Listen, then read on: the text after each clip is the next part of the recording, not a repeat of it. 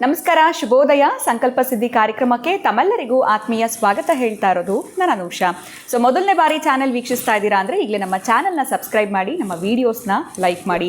ಪ್ರತಿನಿತ್ಯ ನಮಗೆ ಸಾಕಷ್ಟು ವಿಚಾರಗಳು, ವೇದಶಾಸ್ತ್ರ, ಪುರಾಣ, ಜ್ಯೋತಿಷ್ಯ, ವಾಸ್ತು, ಸರಳವಾಗಿರುವಂಥ ರೆಮಿಡೀಸ್ ಆಗಿರ್ಬೋದು, ಪರಿಹಾರಗಳನ್ನ ತಿಳಿಸ್ಕೊಡುವಂಥ ಸ್ಪಿರಿಚುವಲ್ ಗುರು ಡಾಕ್ಟರ್ ವಿಷ್ಣುದತ್ತ ಗುರುಜಿಯವರು ಕಾರ್ಯಕ್ರಮದಲ್ಲಿ ನಮ್ಮ ಜೊತೆಲಿದ್ದಾರೆ. ಗುರುಗಳನ್ನ ಕಾರ್ಯಕ್ರಮಕ್ಕೆ ಬರ್ಮಾಡ್ಕೊಳ್ಳೋಣ. ನಮಸ್ತೆ ಗುರುಗಳೇ, ಕಾರ್ಯಕ್ರಮಕ್ಕೆ ಭಕ್ತಿಯ ಸ್ವಾಗತ. ಒಳ್ಳೆದಾಗಲಿ ಅಮ್ಮ. ಗುರುಗಳೇ, ಹೀಗೆ ಕ್ಯಾಲೆಂಡರ್ ನೋಡಿದ ತಕ್ಷಣ ನಾಳೆ ಅನಂತ ಚತುರ್ದಶಿ, ಅನಂತ ಪದ್ಮನಾಭ ವ್ರತ ಇದೆ ಅಂತ ನೋಡಿದೆ. ಸೊ ಇದ್ರ ವಿಶೇಷವಾಗಿ ಏನಾದರೂ ಮಾಡ್ಕೊಳ್ಳೋವಂಥದ್ದಿದ್ರೆ, ನಾಳೆ ಇರೋದ್ರಿಂದ ಇವತ್ತೇ ನಾವೇನಾದರೂ ರೆಡಿ ಮಾಡ್ಕೊಳ್ಳೋದಿದ್ರೆ ಏನು ಮಾಡ್ಬೋದು? ಇದ್ರ ಆಚರಣೆ ಎಲ್ಲರೂ ಮಾಡೋದಿಲ್ಲ ಅಂತ ಕೇಳ್ಪಟ್ಟಿದ್ದೀನಿ. ಮಾಡೋದಾದರೆ ಅಥವಾ ಮಾಡೋಕ್ಕೆ ನಮಗೆ ಇಲ್ಲ ಅಂತಂದ್ರೂ ಮಾಡಬಹುದಾ? ನಾವು ಏನು ಹೇಳ್ತೀರಾ ಗುರುಗಳೇ? ಓಂ ವಿಶ್ವಸ್ಮೈ ನಮಃ. ಪ್ರೀತಿಯ ಬಂಧುಗಳೇ, ನಮಗೆ ವಿಶೇಷವಾದ ಹಬ್ಬ ಅದು.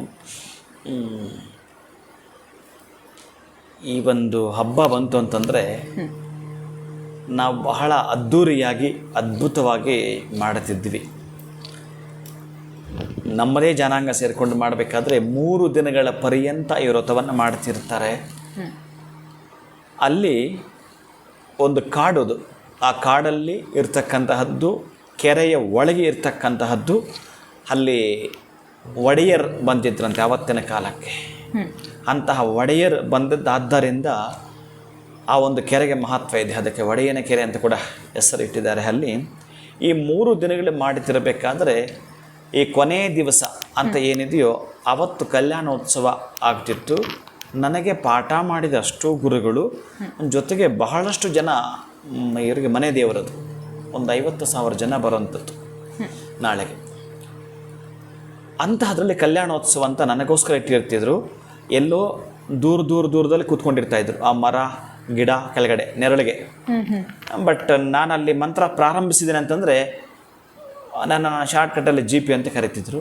ಎಲ್ಲರೂ ಜಿ ಪಿ ಉಚ್ಚಾಚಾರ ಅಂತ ಎಲ್ಲಿ ಬರ್ತಿದ್ರು, ಓ ಬಂದಿದ್ದಾರೆ ಅಂತ. ಹಾಗೆ ನಮ್ಮ ಗುರುಗಳೆಲ್ಲ ಎಲ್ಲೆಲ್ಲೋ ಇರ್ತಿದ್ರು. ಅವರೆಲ್ಲರೂ ಕೂಡ ಟೋಟಲ್ ಆಗಿ ಅಲ್ಲಿಗೆ ಬರ್ತಾಯಿದ್ರು. ಬೇರೆ 3 ದಿನಗಳಿಂದ ಆ ಮಂತ್ರಾನುಷ್ಠಾನದೆಲ್ಲ ಆಗೋವಾಗ ಇಲ್ಲ, ನನಗದೊಂದು ಹೆಮ್ಮೆ, ಖುಷಿ. ಅವರಿಗೆಲ್ಲ ನಮಸ್ಕಾರ ಮಾಡ್ಕೊಂಡು ನಾನು ಪ್ರಾರಂಭಿಸಿದಾಗ ಆ ಒಂದು ಖುಷಿ ಆವತ್ತು ನನ್ನ ನೋಡ್ತಿದ್ರು. ಹೀಗೆ ನನ್ನ ಪ್ರಾರಂಭದ ದಿನಗಳಾಗಿದ್ದಾಗ ಅಮೇರಿಕದಿಂದ 4 ಜನ ಬಂದಿದ್ದರು. ನನಗೆ ಅವರು ತಾತ ಆಗಬೇಕು, ತುಂಬ ಹಳಬರವರೆಲ್ಲ. ಈ ರೀತಿ ಮಾಡ್ತಾನಂತ ತುಂಬ ಅದ್ಭುತವಾಗಿರುತ್ತೆ ಕಲ್ಯಾಣೋತ್ಸವ. ಯಾರೂ ಮಾಡದಿರೋ ಅದೇ ವಿಭಿನ್ನವಾಗಿ ಮಾಡ್ತಾನೆ ಅನ್ನೋದು ಅವರಲ್ಲಿ ತಲೆಯಲ್ಲಿತ್ತು. ಬಟ್ ಏನಲ್ಲಿ ಭಿನ್ನ ಅಂತಂದರೆ, ಈ ಪರ ವಿರೋಧ ಎರಡು ನಾನೇ ಮಾತಾಡ್ತೇನೆ. ಶ್ರೀನಿವಾಸನಿಗೆ ಮದುವೆ ಆಗಲ್ಲ ಅನ್ನೋದು ನಾನೇ, ಆಗತ್ತೆ ಅನ್ನೋದು ನಾನೇ. ಎರಡನ್ನೂ ಕೂಡ ಮಾತಾಡುವಾಗ ಅಲ್ಲಿ ಪಿನ್ ಡ್ರಾಪ್ ಸೈಲೆಂಟ್ ಇರುತ್ತೆ. ಹಾಗಾಗಿ ನನ್ನ ಗುರುಗಳು ಎಲ್ಲರೂ ಸೇರಿ ನನ್ನನ್ನು ಆಶೀರ್ವದಿಸ್ತಿತ್ತು. ಆ ಖುಷಿಯ ದಿನ ನನಗೆ ಏನು ಈ ಅನಂತ ಚತುರ್ದಶಿ. ಇನ್ನು ವ್ರತ ಮಾಡಲಿಕ್ಕೆ ನೇರವಾಗಿ ನಾನು ಬರ್ತೀನಿ. ಪ್ರೀತಿಯ ಬಂಧುಗಳೇ, ವ್ರತವನ್ನು ಆಚರಣೆ ಮಾಡುವಂಥ ಪದ್ಧತಿ ಹೇಗೆ ಅಂತಂದರೆ, ಕನಿಷ್ಠ ಪಕ್ಷ ಇಲ್ಲೇನು ಹೇಳ್ತಾನೆ ಗೊತ್ತಾ?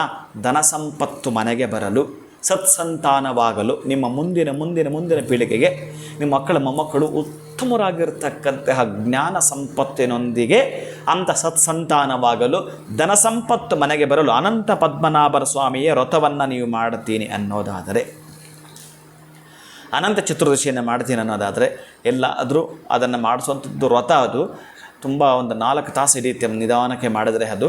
ಆದರೆ ನೀವೆಲ್ಲೂ ಮಾಡ್ತಾಯಿಲ್ಲ ಅಂತಂದರೆ, ಎಲ್ಲಾದರೂ ಅನಂತ ಪದ್ಮನಾಭ ಸ್ವಾಮಿಯ ದೇವಾಲಯ ಇದ್ದರೆ ಅಲ್ಲಿ ಹೋಗಿ ನಮಸ್ಕಾರ ಮಾಡಿಕೊಂಡು ತೀರ್ಥ ಪ್ರಸಾದ ತೊಗೊಂಡು ಬರೋದು. ಆದರೆ ಇವತ್ತು ಹೇಳ್ತಾ ಇರೋ ಉದ್ದೇಶ ಏನು ಅಂತಂದರೆ, ದರ್ಬೆಯನ್ನು ನೀವು ದಾನ ಮಾಡಲೇಬೇಕು. ದರ್ಬೆಯನ್ನು ಬಹಳ ಇನ್ನೂ ಅದಕ್ಕೆ ಸರ್ಪಾಕಾರಗಳೆಲ್ಲ ಮಾಡ್ತಾರೆ. ದರ್ಬೆಯನ್ನು, ವಸ್ತ್ರವನ್ನು ದಾನ ಮಾಡೋದು. ಇನ್ನು ನಿಮಗೆ ಗೊತ್ತಿರ್ತದೆ, ಪೂಜಾ ಪರಿಕರಗಳಾಗಿರ್ತಕ್ಕಂಥ ಪಂಚಫಲಗಳು, ಹೂವು, ಹಣ್ಣು, ಕಾಯಿ ಎಲ್ಲ ಕೂಡ ಕೊಡ್ತಕ್ಕಂಥ ಗೊತ್ತಿರುತ್ತೆ. ನಿಮಗೆ ಧನ ಏನಾದರೂ ಬರಬೇಕು ಮನೆಗೆ ಅಂತಂದರೆ, ಯಾವುದ್ಯಾವುದೋ ಕಟ್ಟಪ್ಪಣೆಗಳಿದೆ, ನತದೃಷ್ಟಿನೇನೆ ನಾನು ಅನ್ನೋಷ್ಟು ಬೇಸರ ಇದ್ದರೆ ಅನಂತ ಪದ್ಮನಾಭ ಸ್ವಾಮಿಯ ವ್ರತವನ್ನು ನೀವು ಕರೆಕ್ಟಾಗಿ ಓದುವಂಥದ್ದು, ಅಷ್ಟೋತ್ರ ಹೇಳ್ತಕ್ಕಂತಹದ್ದು. ಆಮೇಲೆ ವಿಷ್ಣು ಸಹಸ್ರನಾಮದಲ್ಲಿ ಒಂದು ಮಂತ್ರ ಬರುತ್ತೆ, ಅದು ಧ್ಯಾನಕ್ಕೆ ಸಂಬಂಧಪಡ್ತಕ್ಕಂತಹದ್ದು. ಅದನ್ನು ಕೇಳ್ತಕ್ಕಂತಹದ್ದು. ಶಾಂತಾಕಾರಂ ಭುಜಗಶೇನಂ ಪದ್ಮನಾಭಂ ಸುರೇಶಂ ಅನ್ನೋ ಮಂತ್ರ ಅದ್ಭುತವಾಗಿ ಬರ್ತಕ್ಕಂಥದ್ದು. ಇನ್ನು ನಾನು ಹೇಳ್ಕೊಂಡು ಹೊರಟ್ರೆ ಅದೊಂದು 3-4 ನಿಮಿಷ ಹಿಡಿತಕ್ಕಂಥ. ಅದಕ್ಕಾಗಿ ಅದನ್ನು ಕೂಡ ನೀವು ನಿಧಾನಕ್ಕೆ ಹೇಳ್ಕೊಳ್ತಕ್ಕಂಥದ್ದನ್ನು ಮಾಡಿ. ಆ ಮಂತ್ರ ಅಷ್ಟೋತ್ತರವನ್ನು ಹೇಳ್ತಕ್ಕಂತಹದ್ದು ದರ್ಬೆಯನ್ನು ಮಾತ್ರ ಇವತ್ತೇ ನೀವು ಮನೇಲಿ ತಂದಿಟ್ಕೊಂಡಿದ್ದು ನಾಳೆಗೆ ಯಾವುದಾದ್ರೂ ದೇವಸ್ಥಾನಕ್ಕೆ ಅಥವಾ ಯಾಕಂದ್ರೆ ಅದರಲ್ಲಿ ಹೆಡೆ ಮಾಡ್ತಾರೆ, ನಾಗನ ಹೆಡೆ ಮಾಡ್ತಾರೆ, 5 ಹೆಡೆ, ಸಪ್ತ ಹೆಡೆ ಇವೆಲ್ಲ ಮಾಡಿ ಕೂರಿಸ್ತಾರೆ ವಿಶೇಷವಾಗಿ. ಇನ್ನು ಕೈಗೆ ಕಟ್ಕೊಳ್ತಕ್ಕಂತಹ ಕಂಕಣವೆಲ್ಲ ವಿಶೇಷವಾಗಿರುತ್ತೆ.